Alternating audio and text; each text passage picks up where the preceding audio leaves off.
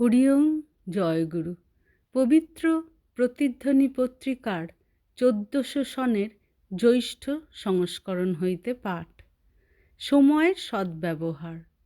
বড়জালেঙ্গা কাছাড় নিবাসী শ্রী রাখালচন্দ্র দেকে শ্রী শ্রী বাবামণি 23শে কার্তিক 1374 সনে বারাণসী হইতে লিখিলেন, সময়ের যাহারা সদ্ব্যবহার করে তাহারা প্রতিদিন অল্প অল্প শ্রম করিয়াও হঠাৎ একদিন একটা বড় কাজ সুসমাপ্ত করিয়া ফেলিয়াছে দেখিয়া নিজেরাই অবাক হইয়া যায়।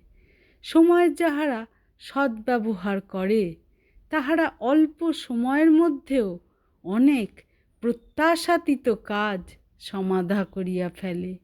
যে সময়টুকু তোমাদের হাতে আছে তাহাকে কম করিয়া দেখিও না। ওই সময়টুকুরই সদ্ব্যবহার কি করিয়া করিতে পারো তাহা দেখো। আমি আমার জীবনের অধিকাংশ সঙ্গীত রেল স্টেশনে ট্রেনের জন্য প্রতীক্ষমান অবস্থায় প্ল্যাটফর্মে নিজের বিছানার স্তূপের উপরে বসিয়া লিখিয়াছি। আমার নিকটে একটি মুহূর্ত সময়ও নিতান্ত নগণ্য নহে। তোমরা কেন সময়ের মূল্য বুঝিবে না? হরি ওম জয় গুরু।